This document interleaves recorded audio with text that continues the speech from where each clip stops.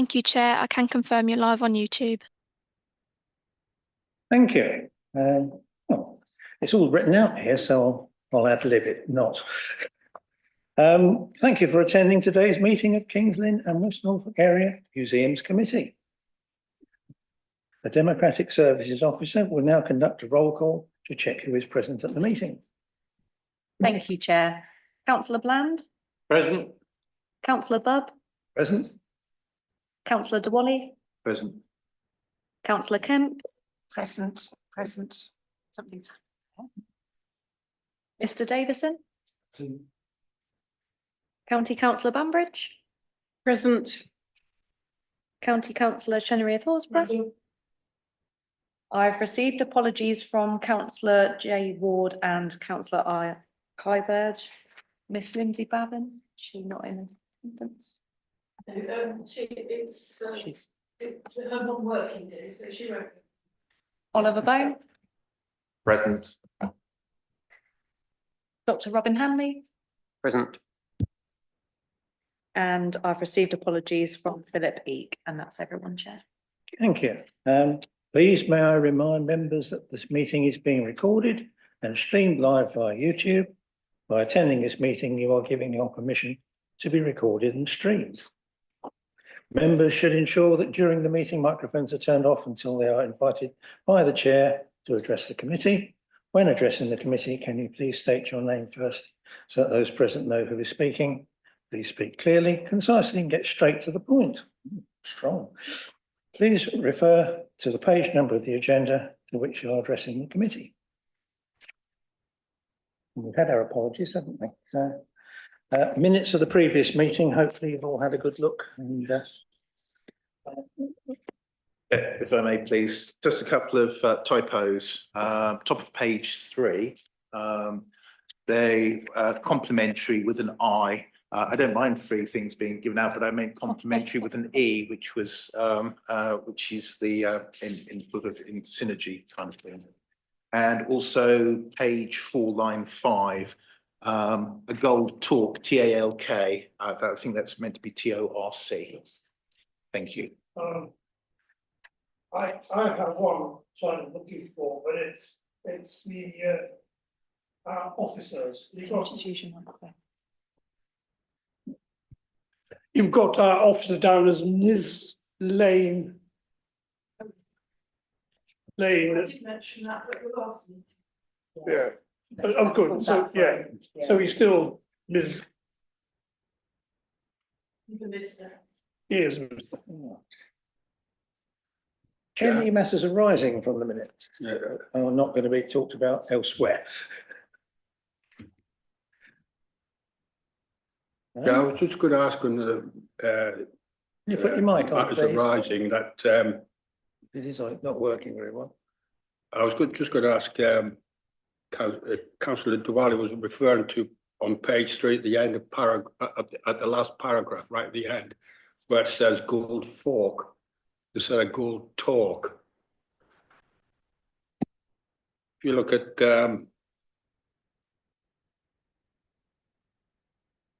I just want to make sure that fork. I mean, because I gather that in the Bronze Age they didn't have forks. I think they were invented in the 13th century and used in the 17th. So that should be TORC rather than. Not doing well today, are we? I don't know if it's a typing error or not, but I think it's a very misguiding bit of information. Any other matters arising? No, good, jolly good. Declarations of interest. Do you have any interest to declare? Mainly pecuniary, probably. No. Okay, can we go on to the report of the Assistant Head of Museums, please? So, page 14 onwards. Thank you. Yes, I shall be starting the report, and then Robin will be covering sections towards the end of the report. So the sort of headline for Lynn Museum is the museum's doing well. We've got record visitor numbers at the moment. We've got an excellent, hardworking and dedicated staff who support all the activities, the various activities that you do really well. I'll start the report with the exhibition section. We waved goodbye to the moon. The large inflated moon deflated successfully, and the touring exhibition, which it was carefully packed up and returned to the lender. Grateful to the grant for the grant of 10,000 from the UK Shared Prosperity Fund that went towards that exhibition. And we've said hello to the Woof, a celebration of dogs exhibition, which opened in the autumn and is continuing at the moment. Has had a good response from visitors. People have enjoyed it.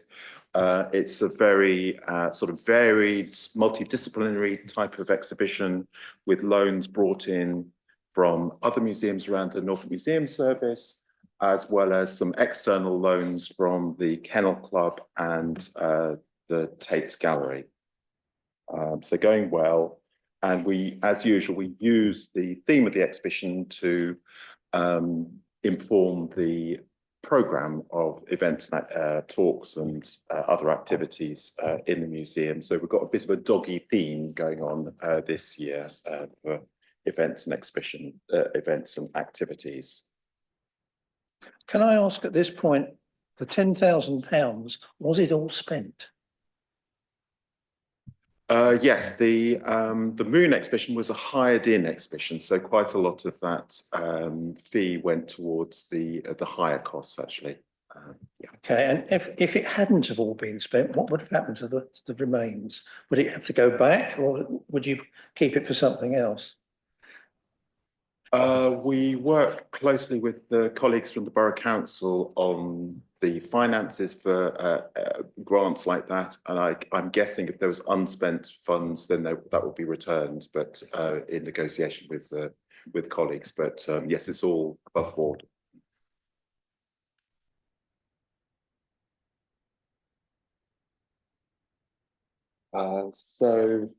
I just wanted to mention on Friday we had a visit to the museum to see the Woof exhibition, particularly by our head of service, Steve Miller, and he was accompanied by Kate Blakemore from the Borough Council. And I think Kate hadn't visited the museum before and was impressed and enjoyed the Woof exhibition. Said she would come back with her son, so that was nice.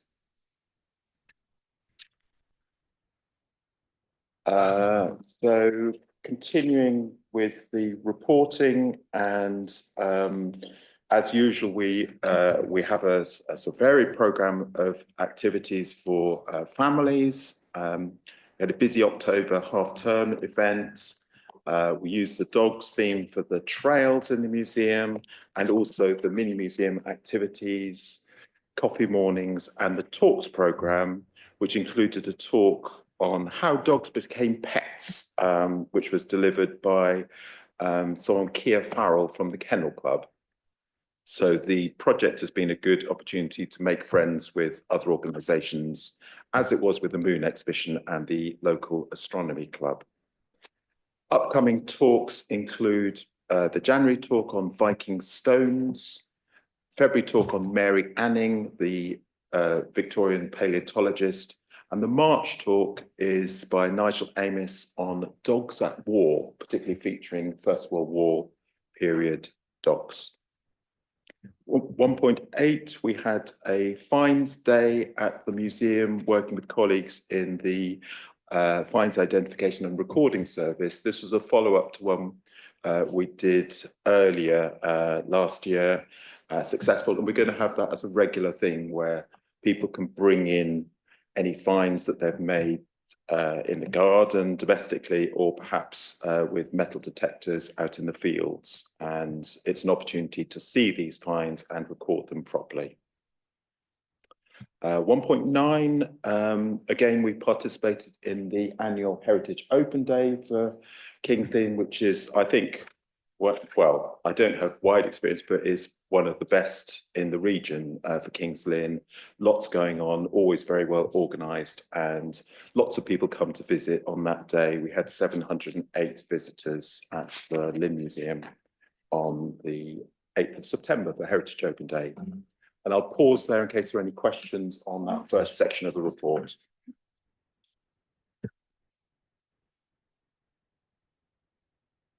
Well, thank you very much. I'd like to thank all the staff for the dogs exhibition. I went to see it and I was very impressed because you've got things right from ancient times, Roman coins and the 18th and 19th century pictures. And I think it was a good introduction to a history timeline.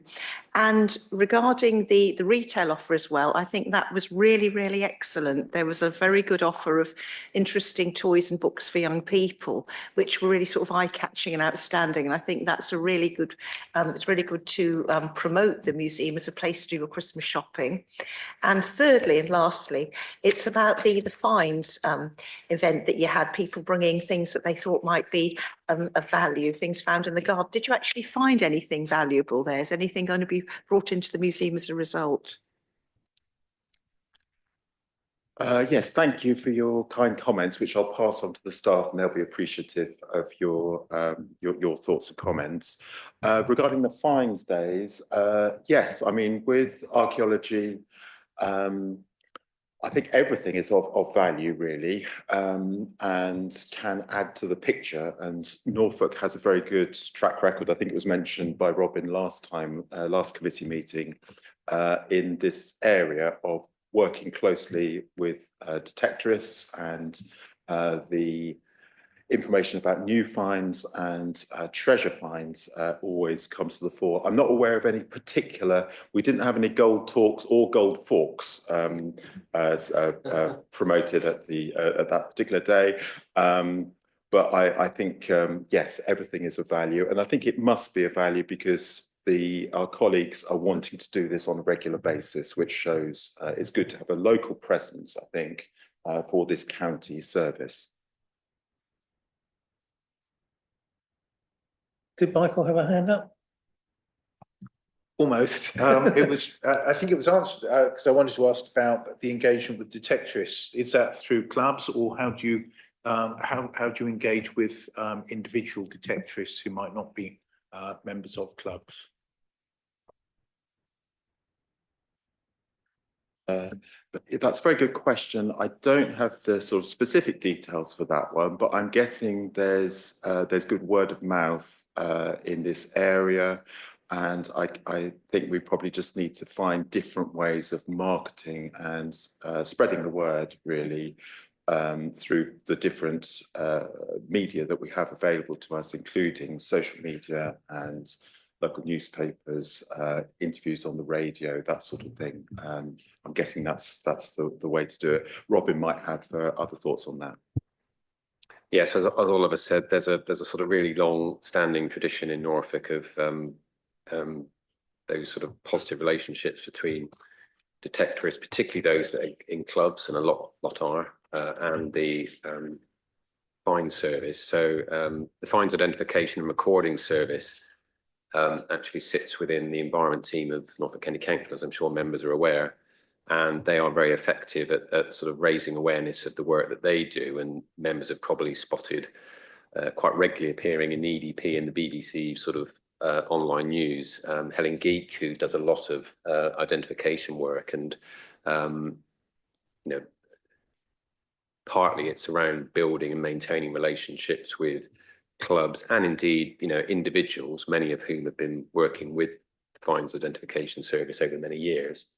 But it's also about getting the message out there to wider public so that people who are perhaps beginning detectoring for the first time are aware of the legal position, firstly, but also the fact that there are experts available who can provide them with information about their fines, and also, most importantly for us, ensure that those fines are accurately recorded. Thank you. Where or how was this day publicised? Well, it was certainly publicised through the Lynn Museum's channels, so social media, local media release, and also through our fines colleagues. So it's sort of a two-pronged version, and it had a good response. I think we had about 40 people come to bring things along. So I think the marketing seems to be successful and the event successful, such that we want to repeat it. Right. Leslie, yeah. It's not really a question, it's just I think that will be very interesting about dogs going to war, because I remember my mother telling me that their family dog went to war. It was a Great Dane. I don't know what happened, but my response was, well, so did my grandfather on my father's side, you see. So I think at that time it was more important, but I don't know what it would be going, what it did in the war, but it never came back. Right, Ray, continue.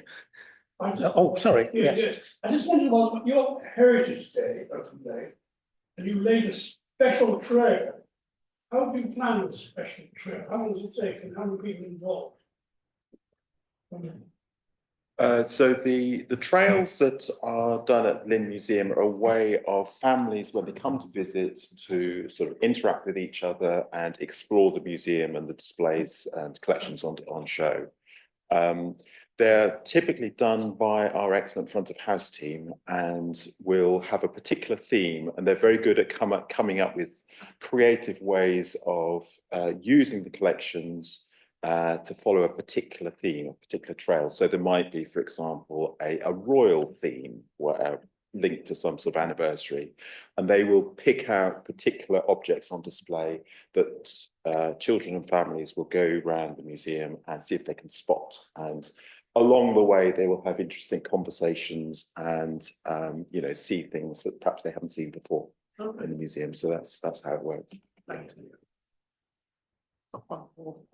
All right. I'm very pleased as well that you're having to talk about Mary Anning, because I remember being told about Mary Anning discovering fossils was in Lyme Regis in Dorset in the 19th century, and it really inspired me with a interest in archaeology. And how are you going to promote that? Are you going to tell the schools about it? Will they be able to attend? It's during the school day, isn't it? So this will be a public talk, an afternoon talk, part of a series that we do. And you're right, Mary Anning, until recently under-recognised has the significance of her work in the 19th century.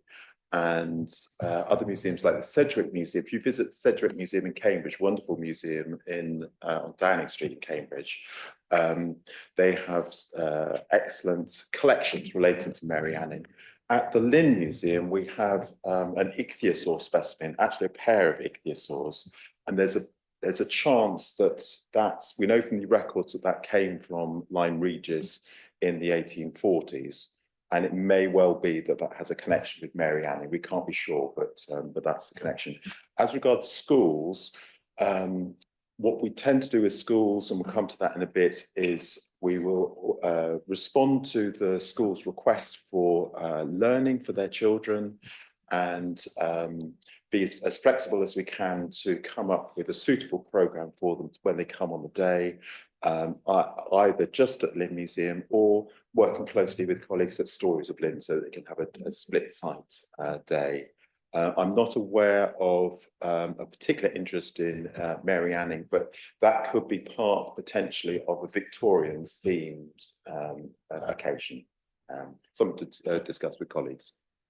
If you get the chance, do visit the Lyme Regis Museum, not only for the collection, the building itself is amazing. Oh. More? So to continue with the report, item 2, the Newman legacy, members will know that the museum has benefited from a legacy from the late Eric and Rita Newman, and we're using some of the funds to support a collections project, working through the collections, a lot of the collections stored at Aikman's Yard, for example, to make these accessible to the public through our collections database work. And we were pleased to be able to open up Aikman's Yard to members in the late autumn, and we're able to show several of the members of the committee the work in progress at Aikman's Yard. And we're planning to use the work to form the basis of a future exhibition at the museum, provisional title Unboxed, and we will use this as an opportunity to share interesting items that have come to light perhaps through this this project. So that's on the draft programme for exhibitions at the museum. The exhibition to follow, the Woof exhibition, is going to be a Star Wars themed exhibition, which is part of our programme to develop audiences at the museum, develop visitor numbers. Then we're thinking this Unboxed exhibition for 2026, and then provisionally 2027 to be around Cresswell and Arctic explorers, with the Cresswell anniversary coming up, and this was mentioned at the last committee meeting as well.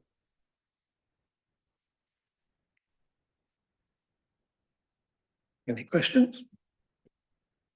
Yeah, it's a comment. I look forward to that because he's a bit of a hero of mine. And I think Paul Richards, well, he told me some time ago he was going to write a book, but I don't know how far he's got with Cresswell, but it might be worth having a word with him. Thank you. Yes, that would be a very good tie-in, wouldn't it, actually? Yeah, thank you. So if I move on to section 3 of the report, which is entitled Other Museum Developments. I mentioned social media, and it's been asked about how the museum markets itself, and we work closely with our central marketing team who support us in the work on social media, local newspapers, local media releases, and so on. And the report has got some links to some of our digital output there. 3.2, the museum continues to have trainees as part of the Teaching Museum programme for Norfolk Museum Service, funded through Arts Council of England. And the we've had some brilliant trainees this year, Alice and Anna, who've been working with colleagues on the Newman project, the work at Aitman's Yard, as well as more general support for curatorial work at both the Lynn Museum, and Anna also is supporting work at Thetford Museum. Item 3.3, retail offer at Lynn Museum's been mentioned, and as you can imagine, we have some dog-themed stock in at the moment. Work closely with Harriet Johnson, our colleague, on helping select and develop interesting individual stock for each site. And I shall pause there before passing on to Robin for section 4, which is about partnership working with the Borough Council. So take any questions if there are any. Any questions? No? Robin, to continue. Okay, thank you. So just on page 19 of the report, just to sort of highlight a couple of the elements within the section around how we work with the Borough Council. And obviously there's a really strong partnership between Norfolk Museum Service and the Borough Council, which is captured within the service level agreement that we have. We're continuing to work closely supporting Borough colleagues around the ongoing Guildhall project. So we have a member of our team working as part of the project group, and I also support that project through the project board. So, and a number of other NMS colleagues have been contributing to discrete elements of the Guildhall project. So I think that's a good example of the way in which NMS sort of just supports the Borough Council with projects that are seen as important. As well as supporting the sort of capital development plans for the Guildhall, Dana Woolbright, the Newman curator based at Lynn Museum, has also been working very closely with the Guildhall team to support not only the interpretation strategy, but also the ongoing programmes, including the exhibitions. And there have been a number of successful exhibitions at the Guildhall, which have helped build audiences for the site. So Dana was very much part of the team that pulled together the Magic at Middle Earth exhibition, which was a touring show which had nearly 2,500 visitors. but has also worked, with local groups as well. So I happened to be in the Guildhall when the teachers from the West Norfolk Academy were unloading works of art as part of the Odyssey show, which is celebrating the work of GCSE and A-level students, and that was showcased in the Shakespeare Barn. And the quality of the works were fantastic. So, Dana was there and helping get those paintings installed. So again, a nice example of the way we're supporting not only the sort of the more sort of professional end temporary exhibitions, but also working with community groups to support wider use of the Guildhall. We're also continuing to support activity here at the Town Hall and through Stories of Lynn. So as I think we may have mentioned in the last meeting, Elizabeth Joyce, the Learning Engagement Officer based here, who's part of the Norfolk Museum Service learning team, is currently on maternity leave, and Holly Spider has been doing a very good job maintaining the work that Elizabeth has been delivering, which includes both work with schools, bringing school groups into the site, but also working with families and developing event programs. As part of the relationship with this building, we also help with programming the very modest but effective temporary exhibition space at Stories. So our Royal Norfolk Regimental Museum curator, Kate Thaxton, and her teaching museum trainee, Sam Wiggins, are currently working on a small exhibition which will be going into the exhibition space here in March to mark the 80th anniversary of VJ Day. So that will be running until September of this year.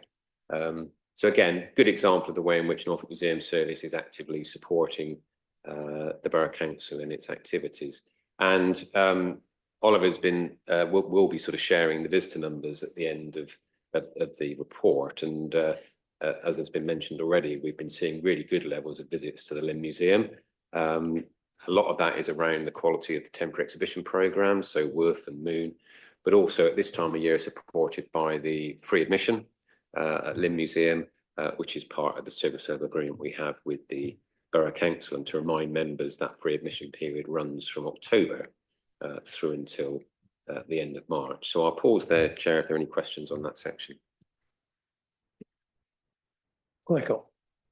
Thank you, Chair. Yeah, I'm interested in the discrete elements of the work on the Guildhall, because there are various themes, whether it's the building itself and the archaeology, the Guild of St George and guilds within King's Lynn, theatre history, or possibly slightly more esoterically the Shakespeare connection, which would probably be very hard to present. So I was just wondering how are you looking at favouring specific elements, or will it be will all these sort of themes be interwoven? Thank you. So it's early days at the moment. So Dana has been working with the design consultants, PLB, who've been commissioned by the Borough Council to help develop the interpretation of the Guildhall. So I think it's very early days at the moment in terms of pulling together all the different elements that can inform the priorities within that interpretation strategy. Obviously, the story of the building and the people who've been associated with it is right at the middle of all of that. And that will be, I think, in development over the next year. It's certainly something we can come back to this meeting with an update at a future date, but obviously working very much in partnership with colleagues in the Borough Council. Dana worked very closely on the development of the interpretation here. So the Stories of Lynn exhibition that members will be familiar with, Dana was involved in a very similar exercise there, which is around initially gathering evidence in terms of the story of the building, but also the relevant collections and archives that can support the interpretation, and then looking at how, as you say, Councillor Dewally, that can be then themed to make it accessible to visitors as part of, in the case of the Guildhall, perhaps more of a tour-based experience as opposed to a more gallery-based experience that we have here. But Dana's got lots of really good experience and has worked with PLB before. They were the design consultants for Stories of Lynn. So they've again got that knowledge of King's Lynn and the wider context in which the Guildhall operates.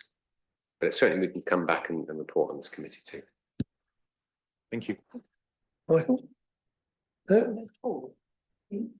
Robin, the exhibition on the 21st of March, where is that being held? In the Stories of Lynn? It's a sort of modest exhibition. Because I panicked the other day because I booked the Stone Hall and the Assembly Rooms on the 21st of March. And I got an invite to go to this as mayor, which is fine. I thought, oh. But the invite said the Old Town Hall, and nobody here knew where the Old Town Hall was. So is it in the Stories of Lynn? Yes, that's correct. So it's in Caused a bit of panic. yeah, sorry about that. It's in the small but perfectly formed temporary exhibition space that members may be aware. We've actually part of our role supporting the borough, we programme that little space, and Dana over the years has put in a range of shows, including the retro games, which was the story of computer games. But it's I think it'll be a really interesting, small exhibition, but really relevant to Kings Lynn. I joined Kate Thaxton at the latest meeting of the Norfolk Regimental Trustees, and Kate and Sam were giving an update on the work going into researching that exhibition. I think it's going to be really interesting. Yeah. But yes, don't worry. I think it's the. I just. Well, the one I booked it's got a historical theme as well. It's this year, 65, 25 rather. It's 40 years of festival too, and we want to celebrate all the people who've been involved, and that would be a lot of numbers, of course. So yeah, I'm trying to do two things, which I will do. Leslie? I know about the VJ thing from one of our Norwich meetings, and I had a word with the young man whose name I've got somewhere. Yes, because my father was a Far East prisoner of war, and we've got a little group of people who attend. We keep the VJ Day going on the 15th of August. So he did say he'd send me an invitation, but I will go anyway, because I would like to take our little group in on the 15th of August after the event that we hold in at the memorial. And if it's too small, no, but we're all quite interested because we're all children of the Far East prisoners of war. So, Chair, just Oliver will absolutely give a nudge on that one. And it's Sam Wiggin who's one of our teaching museum trainees. So it's a good example of the opportunities those trainees actually get. So he's been right in the centre of developing it's really important exhibition. And certainly when he presented the plans for the exhibition to the regimental trustees, and they were really impressed. So yeah, I'm really confident it'll be a good show here. I've got a question, a little bit more about the interpretation strategy, because I understood at one point there was an idea to have a museum, an exhibition space in the Guildhall, which would be an interpretation, maybe a mini Shakespeare museum, costumes, things like that, interactive, perhaps some AI. Is that part of the strategy at the moment? Because in a way it'd be nice to have something like that, wouldn't it? Well, I think, as I said before, it's very early days for the strategy at the moment, but interactivity and giving people a chance to engage, physically, digitally, will be really important. Getting that balance right will be absolutely critical. But I'm confident that with the sort of experience we've got, both from the Norfolk Museum Service side, obviously borough colleagues, and the design consultants who, as I've mentioned, have got that knowledge of Kings Lynn. And I think Stories of Lynn has really stood the test of time as a good quality exhibition with lots of interactivity. It's something we'll absolutely make sure is part of that implementation. Yes. I noted today there's going to be some archaeology at the Guildhall site. Will there be an opportunity for a finds table so we can wander along and see what they've dug up today, sort of thing?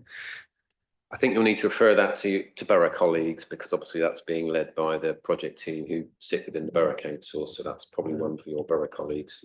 Okay, but I think they passed.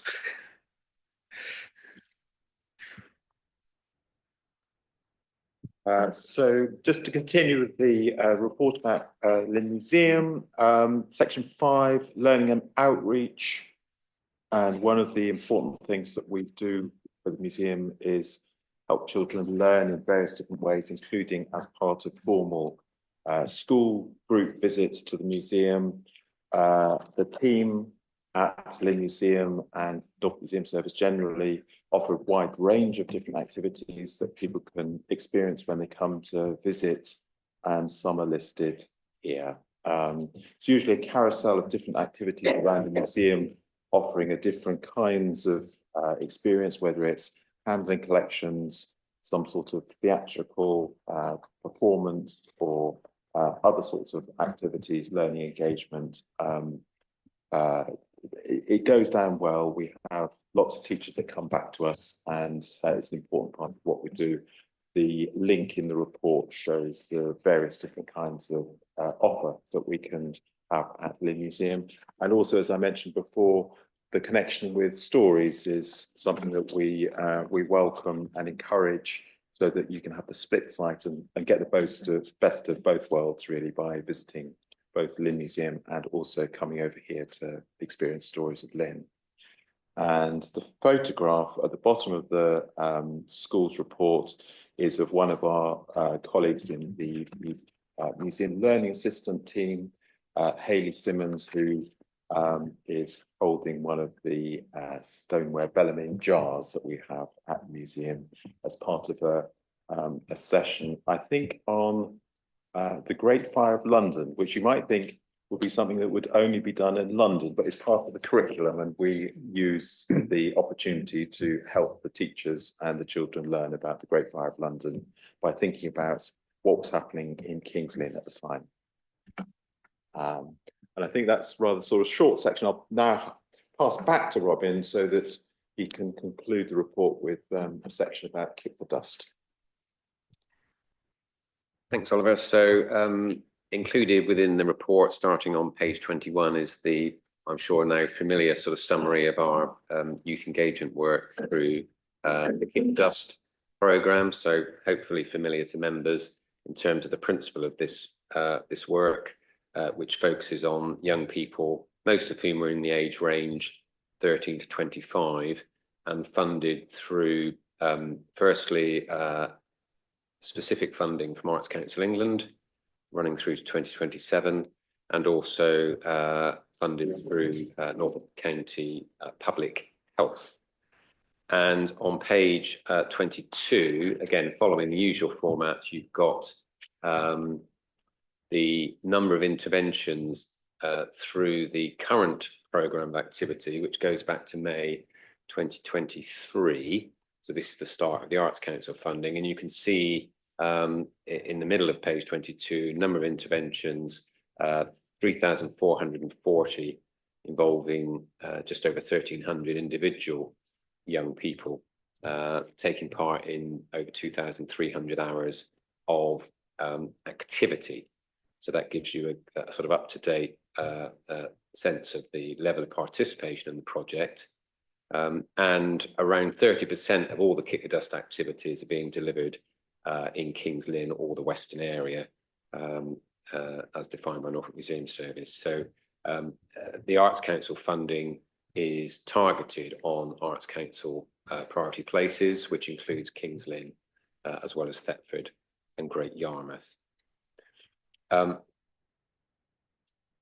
Moving on to page 24, as members will be aware, a lot of the focus of our Kick the Dust work is around working with young people where they have mental health and well-being issues, and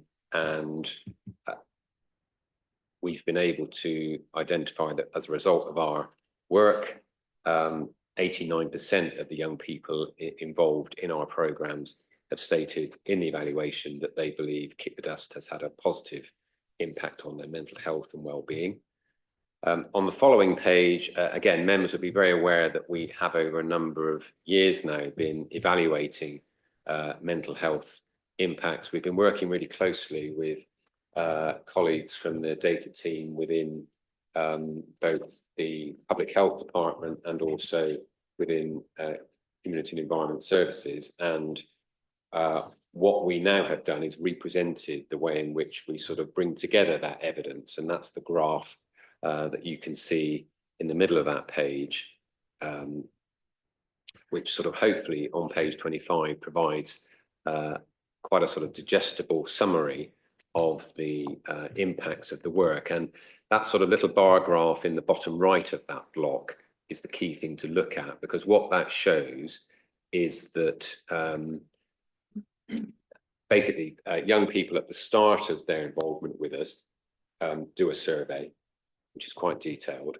And then at the end of the project in which they've been involved, they do another survey, and that enables us to see the difference between how they felt at the start of the project and how they felt at the end. And this evaluation is done not just for us like a single activity, it's done where they've been involved on a more extensive project, perhaps running over a few weeks or a few months. And it's tracking the journey they've been on in that time.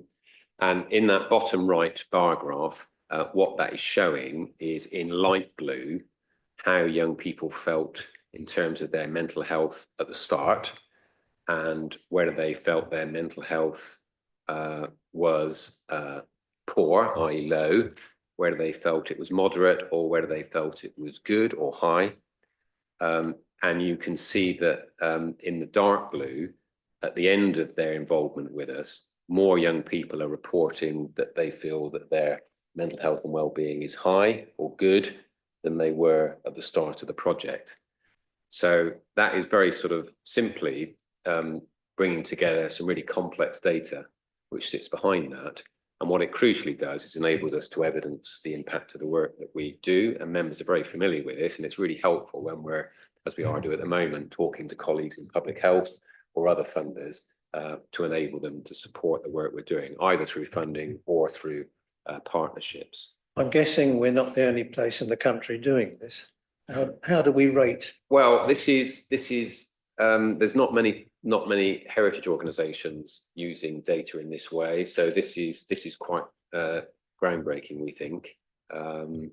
So the use of this data set to measure mental health impacts is well established within public health and the NHS. We're not aware of it really being used within the cultural heritage sector, so we think this is quite interesting new work. It's not unique, but certainly in terms of the extent of our evidence and the depth of it, we think this is quite groundbreaking. Yes. But are there other kick the dust operations in there? No. Anywhere? No, not at this scale. No. Interesting. Yes. Yeah, can I just follow up on that? Because I'm very impressed with what I've heard and what I've seen, actually. And I think the results, especially on the feedback and the evaluation, shows that this is something which crosses over into other services as well. It comes into social services and health services as well. This is something which I think could be given a good example of how a service like the museum service can be involved in day-to-day life, not just in what people usually see as talking about things that are not as important as they would say. But it's a really, it shows how I've always thought the museum service is something that is very valuable to everyone, no matter what they're doing. And heritage comes into it as well, but how it affects us and how it affects us in our daily life and how we can cope with things today. This gives us a really good insight, a good example of where cooperation and everything could work. But I've got to say that and I think also a very good value for money. It gives a really good example of how things can be done on a smaller budget than what we usually do. So I think because it's going so well, in my view, it looks like it crosses over so many other borders into other services as well. I think it's something that we should be taking note of. And I think now that there was local government reorganisation coming into being, and that's local authorities are going to change in the fairly near future. Norfolk Museum Services is unique, well, I wouldn't say unique, but it's one of the few that is organised as a separate organisation to other authorities. It's an authority on its own. And I would like to see how that would fit in with any reorganisation that comes in the future. So I think it's something that's worth noting for the museum service to keep an eye on this and to have all this information ready to put a case for how we should be funded in the future and how we should be organised. Because things will be forced upon us, whether we like it or not. But everything before that, everything will be asked to put your point of view. And I think Norfolk Museum Service should be having an input into that review. Thank you. That's very, very kind comments. And just to say that we do work really closely with other parts of the County Council, particularly Children's Services and Adult Services, in addition to Public Health. So I think our teams have been very effective at building those relationships with other parts of the County Council. And it's all around demonstrating the value of what we do, which is relevant to what they're focused on, absolutely. And our Kick the Dust project coordinator, Christine Marsden, sort of chairs a group that actually regularly brings those representatives together. Yeah, that's very interesting. When did the Warwick Edinburgh Mental Health, when did it come into being? And are we talking to Gary, Gary, chairman of the Norfolk Record Office, because we're very involved in mental health with that. Have we talked to him about it? Yes, we have, and obviously the Record Office with the Change Minds programme, which has been very successful. So absolutely, we've been keeping Gary involved. And in terms of the history of the Warwick Edinburgh scale, I must admit my ignorance there, but it's something that's very well established within the health. Yeah, it's very well established in terms of public health and NHS. But as we were just saying, in response to the chair's question, it's not something that I don't think museums or heritage or cultural organisations have been actively involved with using. And the reason it's so important is because it's basically the language that is recognised by public health and NHS colleagues. Thank you. Well, thank you very much again for all your work with Kick the Dust and getting that funding. Can I ask how long the funding is going to go on for? Because I know that it's been quite a question mark over this issue. So that's my first point.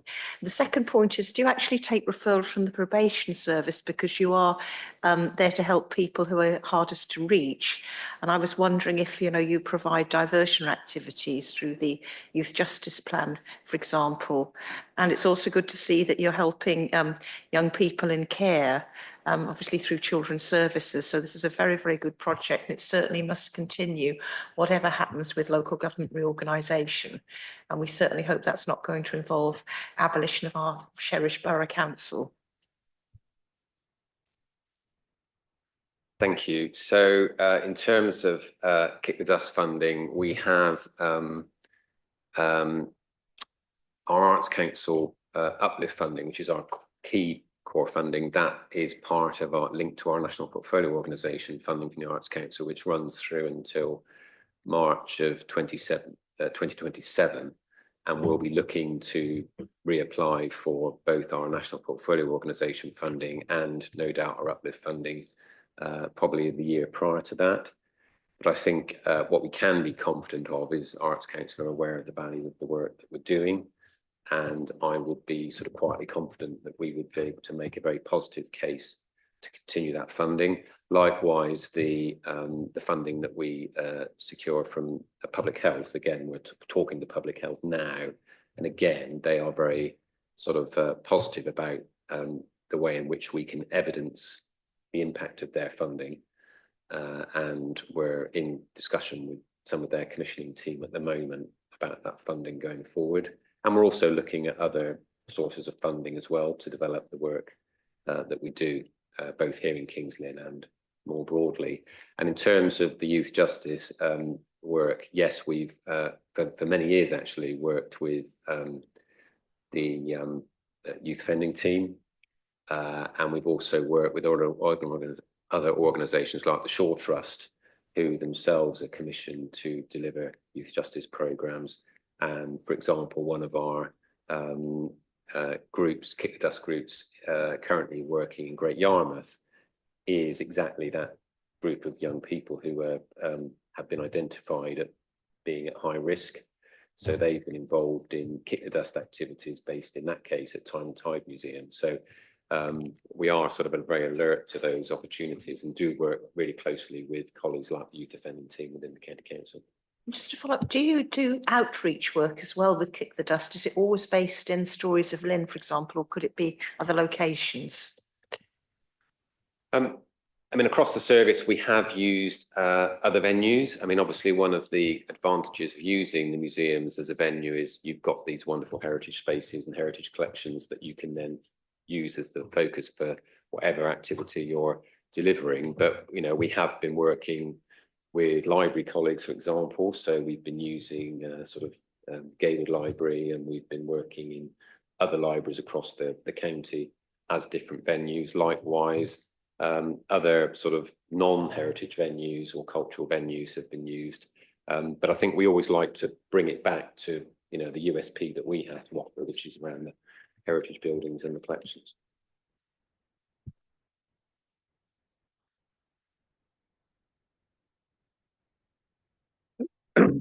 No more questions? Mike? Thank you, Chair. Yeah, I was, one of my questions has been answered very nicely. Thank you very much. It was really in terms, the other questions I would have had is, you've mentioned a significant number of the younger people you're working with Kick the Dust have specialist needs. What training is given to those who are facilitating the Kick the Dust courses to ensure that they are confident with working with such youngsters? Thank you. Yeah, so a really good question. And as you'll have seen from the report on page 24, I think at the moment it's around 47% of young people engaging in Kick the Dust activity identify as neurodivergent. And we also have young people that we work with who, you know, have come from really challenged backgrounds. So really, over a number of years, we've worked really closely with organisations, particularly YMCA, both YMCA Norfolk and YMCA Leicestershire, around providing our project staff with really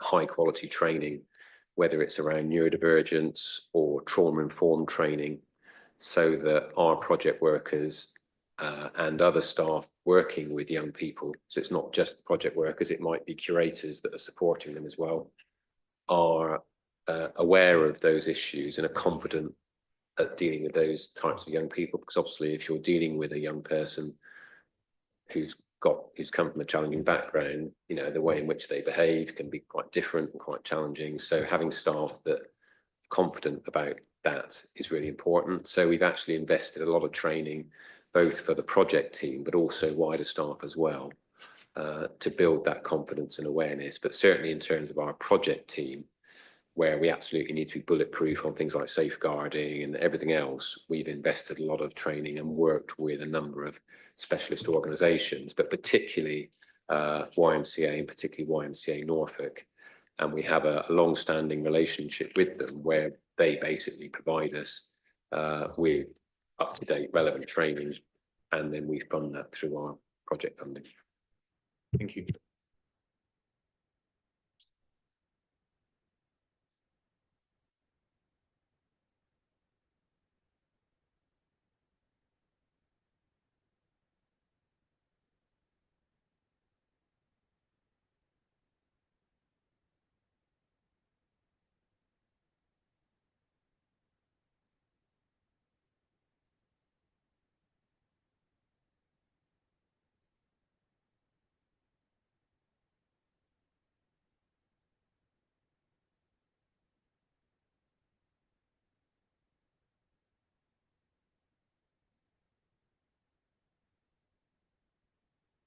The last section in the report is visitor numbers, and as usual, I'll give you a slight eyesight test with a sheet of numbers, which, if you look at the year-to-date column towards the right-hand side and tally across the Lynn Museum, you can see how our current position at the end of December tallies with previous years. and then what the implications might be for the total for the year as a whole, which is a April to March year. And currently we're up on last year, and last year's total at nearly 24,000 was the best for many, many years. So hopefully we'll be able to possibly reach 25,000. That's what I was talking to Robin earlier, and that's our hope, is that we might be able to crack the 25,000 figure for the museum. So looking good at the moment for the total numbers coming to visit and enjoy Lynn Museum. On a daily basis, do we take, or do you take a note of the number of people coming in relation to the weather of the day? So that you might think a wet day will see more people, or the other way around. Is this borne out with any fact? There certainly is a correlation, and I think you know, we use various different ways of working out, you know, why is it that a particular day is busy and a particular day quiet. Obviously, it's affected by the sort of program, you know, the kind of activities that we do. Something I didn't mention earlier was we've now got our Warm Wednesdays, which is something that libraries have done, I think, in the past, and museums are now part of, which is offering a warm space for visitors, particularly good for Lynn Museum, where we've got free admission through the winter months, and people can come and get out of the cold and spend a bit of time in a warm public space, and we offer hot drinks and so on for them. So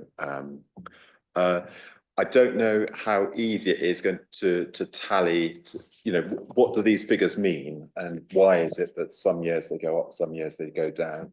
I think the programme, the exhibitions have an effect. Weather's going to obviously have some sort of effect as well over the days and years. Yeah. Leslie. There is one figure that's quite different. That's for the town hall. So Stories of Lynn. It's a difference of 5,000 people. Is that because of the number of exhibitions? Has it varied because of that? We think that's probably a reporting issue, because we've obviously had quite a bit of turnover with the sort of maternity leave changes. So we suspect there's a bit of an issue there around reporting figures. So it is something we're aware of, and we'll hopefully make sure that figures are sort of correctly presented going forward.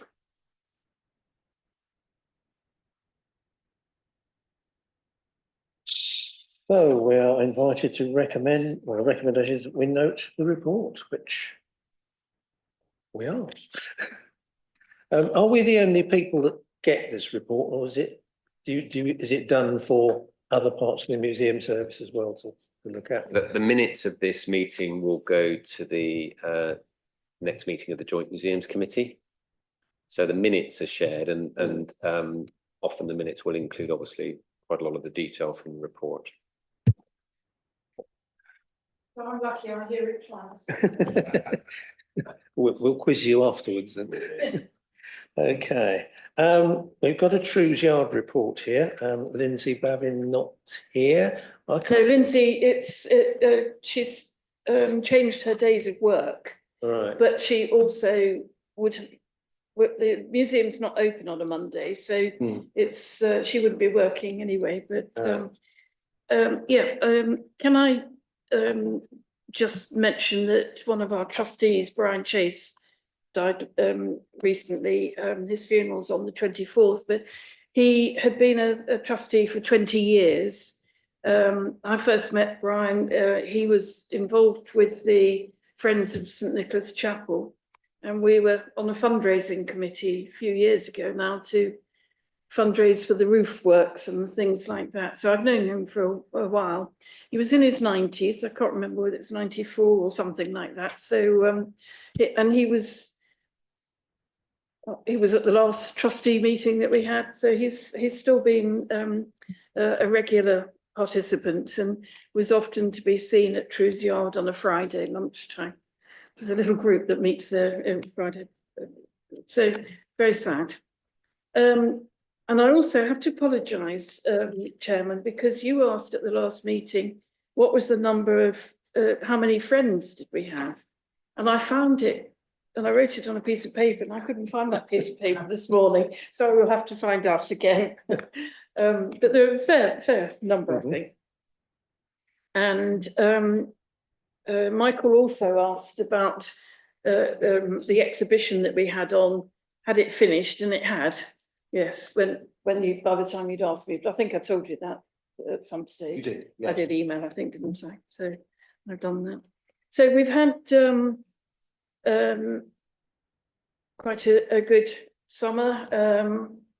We have a warm Friday. No, yes, warm Friday, I think it is. So that's quite popular. It's interesting because I pop in sometimes on a Friday, and there is a little group of people that come every week, but they come really just to chat to each other rather than to go around the museum every time. I, as well as being a trustee, I do volunteer a bit, but most of my volunteering is taken up for the paranormal nights. I didn't go on Saturday because it was my birthday and a couple of other people did, but the week before I did, and it's from 5 o'clock until I got home 2 minutes after midnight by the time I'd locked up. But it's interesting how I think we've got 3 different groups coming round now. And obviously it has to be in the winter because it's dark. I noticed that last time I locked up, some of the outside lights were on, but the time before it was pitch black everywhere. So, and there wasn't really a torch. So I now go armed with at least 2 torches so that I can do it. And it is quite spooky at night time after they've done their bit of talking to ghosts. We had some, we've had good exhibitions on, and you will see from the report that we've got Truth Talks. They've been very popular. We have now, she's been with us for a little while, Gaynor Weston, and she's actually produced a newsletter, which is, she's very creative. So she's doing some social media stuff, and it's a lot better than it was before. So I ought to send that newsletter to everybody so that you can see. Yeah, they're popular. We had the Pat Midgley Memorial Lecture, and Diego Cooper came. Now you corrected me, Michael, to say it was it is. He calls himself Jago, and but you corrected me and said it was Diego, but he does call himself Jago. And it was a very lively talk. That was the Pat Midgley Memorial Lecture. He's very enthusiastic, isn't he? And I haven't been to the exhibition, but there was I'm on their mailing list, so I have seen that they're quite very interesting indeed. People get involved; they're part of the exhibits, really. So, Jago and Diego. Spain would say Diego, and Portuguese would say Jago. Yeah, well, he calls himself Jago, so but it was good to get him over to talk to us. As I say, he was very enthusiastic. I was impressed by your tour. And the question is, I've forgotten now. Did you say paranormal? Paranormal. Paranormal nights. Yes. That's interesting. It is, yes. Well, one group, the group last week said that they didn't really make contact with any, but other groups have said that they have. Oh, yeah, yes. Yeah. Now, they do other places, but they're regulars in the winter at Truth Art. But it is a long night. And you go home at midnight, do you? But it's, sorry? You go home at midnight then? Well, it takes a little while to lock everything up because they want everything open so that it can go all over the buildings, and it's the alarms and things. So, but it was 2 minutes past 12 when I got home, and I live next door. So Careful that Halloween. Yeah. Yes, yeah, but it's very good. Thank you. Michael's got a question. Yes, thank you. Yes, it's going to the Jago, correctly pronunciated, Cooper talk. I was fascinated in so much that he was talking about animism and giving objects a life of their own, and that's what he's been working at in the Sainsbury Centre. But he seemed to be very keen on digitising and putting everything in a sort of virtual context, which I felt is fantastic for somebody who's working at the British Museum and has access to Google money. But when it comes to Norfolk Museum Service, I felt that this is perhaps a little bit past True's Yard and Norfolk Museum Services budget. But it will be nice to see if we could envisage to do that, and perhaps a wording in Google's ear. They might think of a new project other than just Google Earth. Thank you.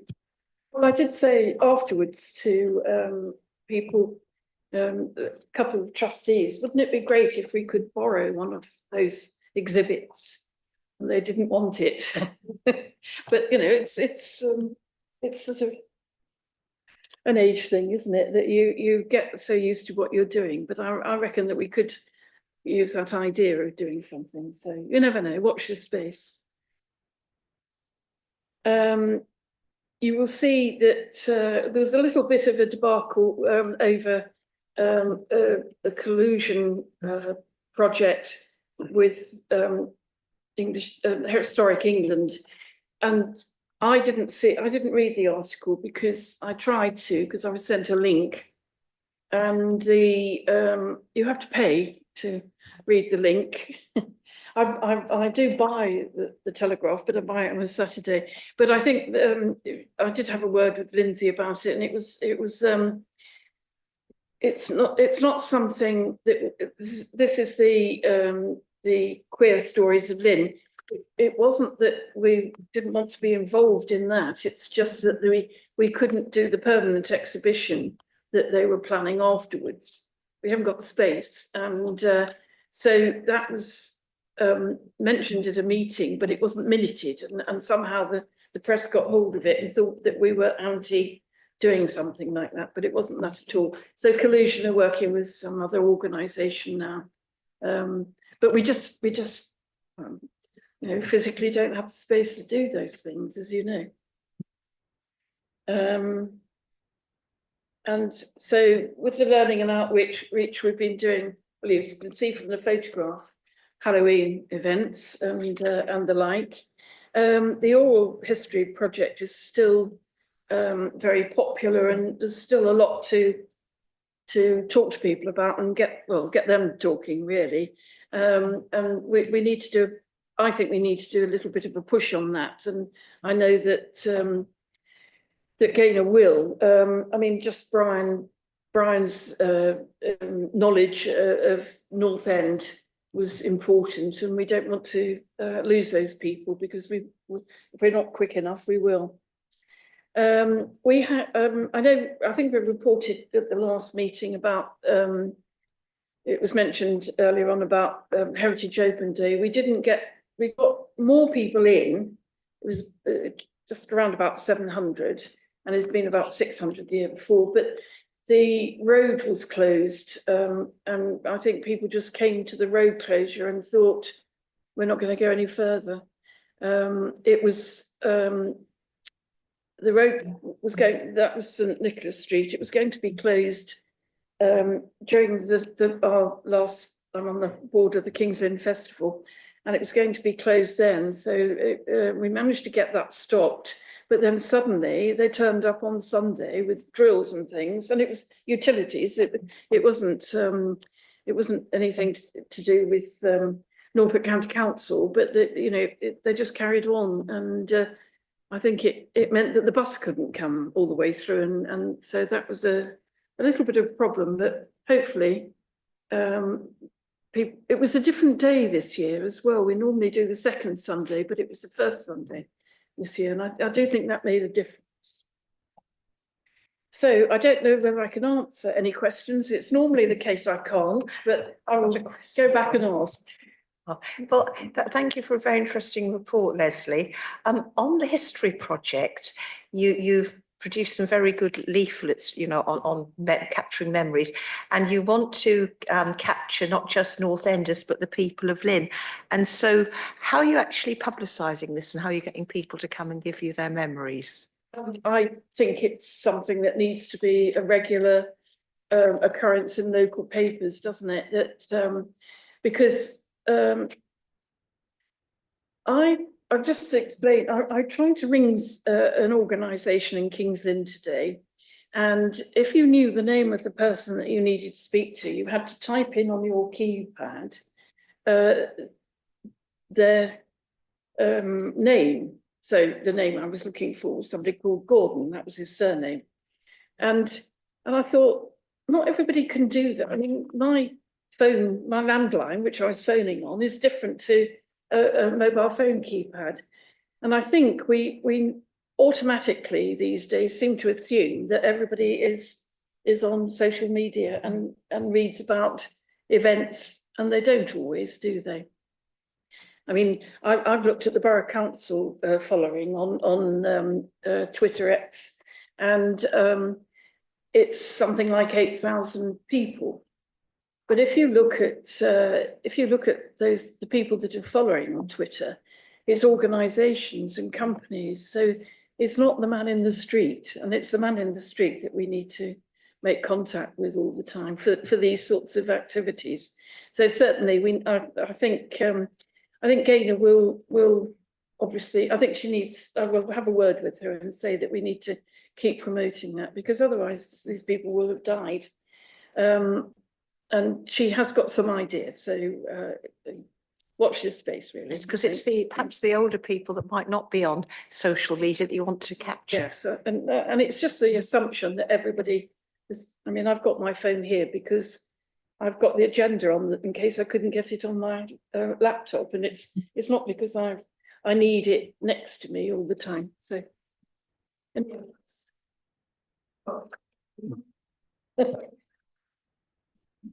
So I will ask about the friends again. I can't get to the email that I got the response because I'm not online. It's just that I put the agenda on, and so I think there's a fair number of friends.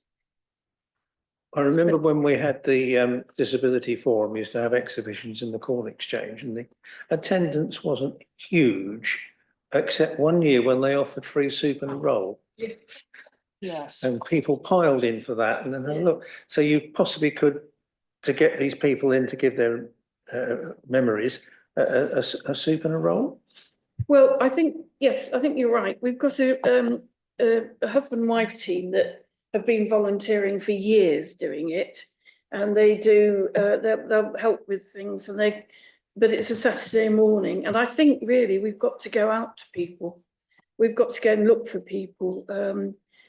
You know, if we hear that anybody's recovering from an illness and they're just staying at home, that's when we need to say, can we come and have a chat with you with a tape recorder, because otherwise they won't necessarily come in. You know, I'm talking about the people who are older. I mean, you know, the 90-year-olds who they're, you know, we need to try and get hold of them, because they're the ones with the story. On Heritage Open Day, a woman I was talking to said, "Oh, that's my mother," and the mother was a child, and it was a photograph that we'd got. So she's the sort of person that we need to see what her recollections are of her mother, what her mother said, if we haven't already recorded her mother. So, and it was the other thing that was interesting. Everybody seemed to know somebody that came in on Heritage Open Day. Not everybody, but quite a large number of people said, "Oh, that was my uncle," or "That was, oh yes, he used to," you know, the Sanford man that everybody remembered with his cart. Oh yes, I remember him. And it was the people still have an interest, but I will ask Gaynor how she's going about it, and perhaps put that can go in the next report. So again, we're asked to note the report. It's a shame that Lindsay doesn't come along. Would she come along on another day? And I note that Philip Eek, I haven't seen him for many meetings. If both of these cannot come on a Monday, but could come on another day, I don't know, because she's working in Cambridge. She's only working part-time for Truth Yard now. She's working 2 days for Truth Yard and 3 days for a museum in Cambridge. So I don't know whether she would do that, but I mean, she wrote the report. But she's not here to hear us talking. And I suppose she goes on YouTube, she might. Well, she probably will. I'll suggest that she does. Yeah. Okay, thank you. So we have the report from the Kingdom and West Norfolk Travel and Tourism, which is by Philip. I'm hoping everybody's read it. Are there any questions to go back?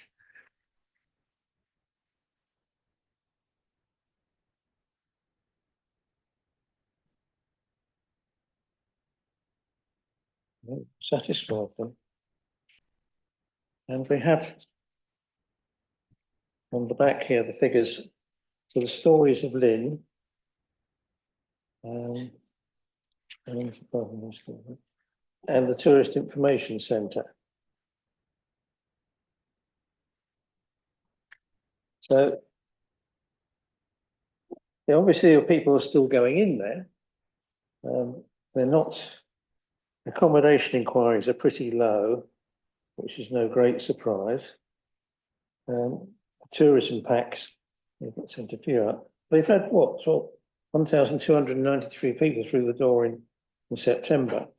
Now, I don't know, but are they counting the people that go in, look around and then go into the stories of Lynn twice? Or is it just one count for the lot? Or are they ignoring them, looking around the information and purely listing them for going in the stories of Lynn? I assume, Chair, because there's a charge for stories of Lynn, that would be going through the till as a separate item. So there are people about, but so that would appear we have got towards the end of the agenda. Date of the next meeting at the moment is the 10th of March, 2 o'clock here. Thank you very much for coming, and hope to see you on the 10th of March.